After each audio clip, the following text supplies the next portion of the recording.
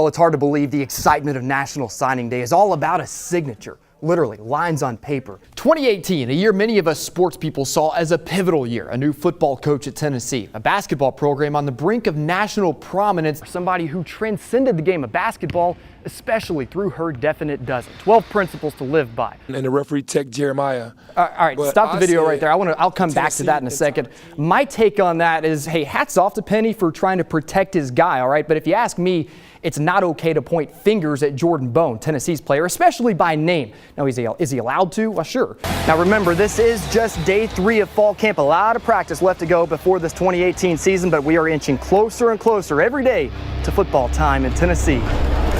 Tennessee was 112th in the country out of 129 teams last season at 117 rush yards per game. And I just want you to watch this through and only watch this player right here, this receiver.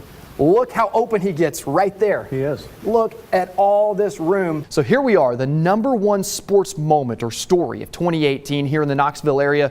Unfortunately, a somber end to the countdown, but no doubt the most impactful story of the year. Give him 6. Did he make it? The crowd tells you. Virginia Tech, Appalachian State, UNC Charlotte, North Carolina, NC State, all these teams playing home games or set to play home games this weekend. So you hold them to under 250 yards passing and you outrush the Tigers. You got a pretty good shot to win this game. That is easier said than done, though. A 33-point loss for Tennessee at the hands of Missouri. Look, another slow start for Tennessee offensively. You know what I was most impressed with play calling wise was the use of the passing game for Tennessee. Tennessee gets 2 marquee wins over ranked opponents, one over Kentucky and one over Auburn, but you finished 5-7 on the season. Of course, Ohio, right here in Athens, they were going to make the trip here. Instead, that game has actually been moved, hey, not too far from here, to Nashville.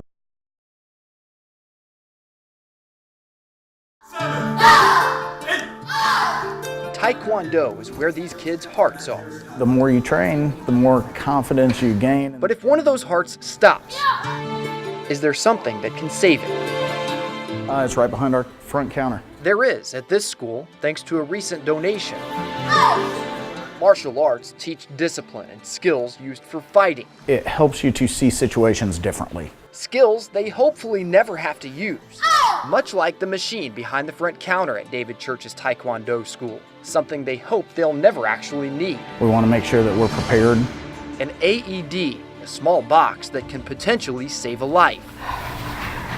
Like the life of Tanner Jamison.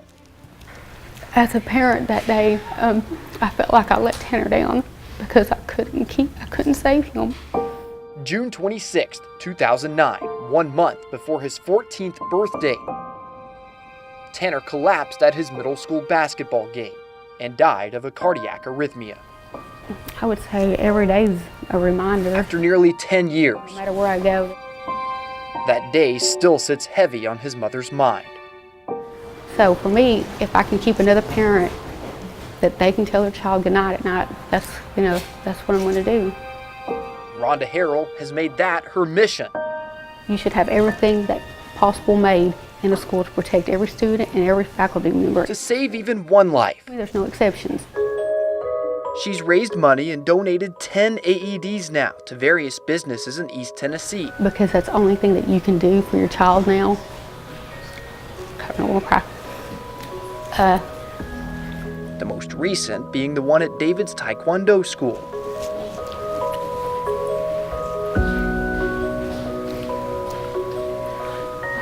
I'm going to have to take a minute. $1,000 may seem like a lot for something that might never be used. How can you say my child ain't worth even $1,000? That $1,000 could save a life.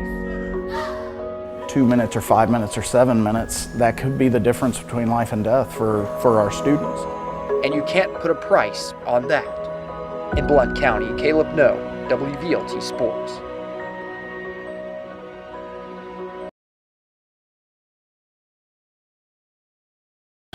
Sometimes Little League is the purest form of the sport. Attaboy. Sometimes you win, sometimes you learn, and that's what we go by. Shane Effler is an assistant coach with the Timberwolves, a team that mostly wins. In fact, they're undefeated. But Shane's son, Micah, has had to watch from the dugout all season. He's been on the disabled list all season. He actually had a dislocated elbow. I fell off a piece of equipment at school on the playground. However, when Micah heard the Tennessee Smokies were bringing their mascot to the game, as well as a PA announcer, now batting for the Sharks, number 6. well, he knew he just had to play, if at all possible. So we went to the doctor today, and the doctor told him he would be okay to play as long as he wore his brace. He told me that I could play, and then I told him that's awesome. Number 2, Micah Eppler. Turns out Micah didn't just play. He was 3 for 3 and crushed the game-winning hit to the outfield fence. Under it, actually. I just took 2 deep breaths like this, and then I just got up there, got in my position, and then I just swung and hit the ball. Sometimes life is tough, things get complicated, but when you get your shot, remember, 2 deep breaths and swing for the fences. What's that? Game ball. In Sevierville, Caleb No, WVLT Sports.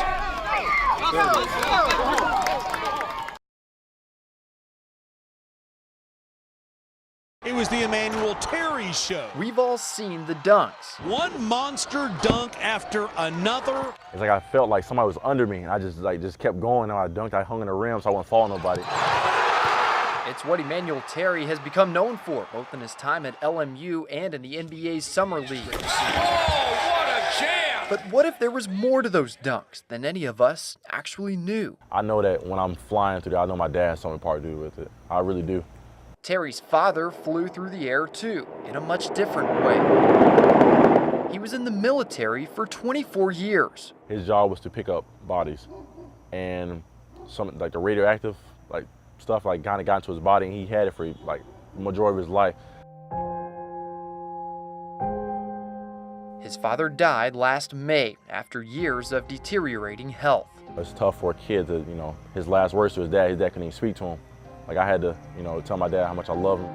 His dad only saw him play once in person in college. Yeah, PTSD of him flying helicopters and then the curves and everything coming this way from Knoxville, it kind of messed him up. But Terry still has plenty of basketball left to play.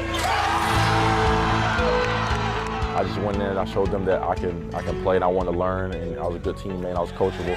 Terry once again throwing it down. Earlier this month, the 21-year-old signing a training camp contract with the Denver Nuggets of the NBA.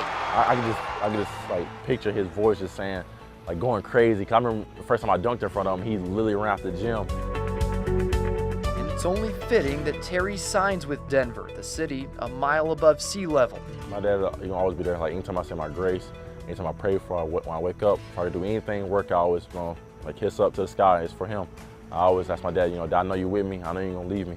And my dad gonna always be here for me. I know he is. I know he's looking down, smiling. He's proud of me right now. A mile above sea level, 1 mile closer to his father.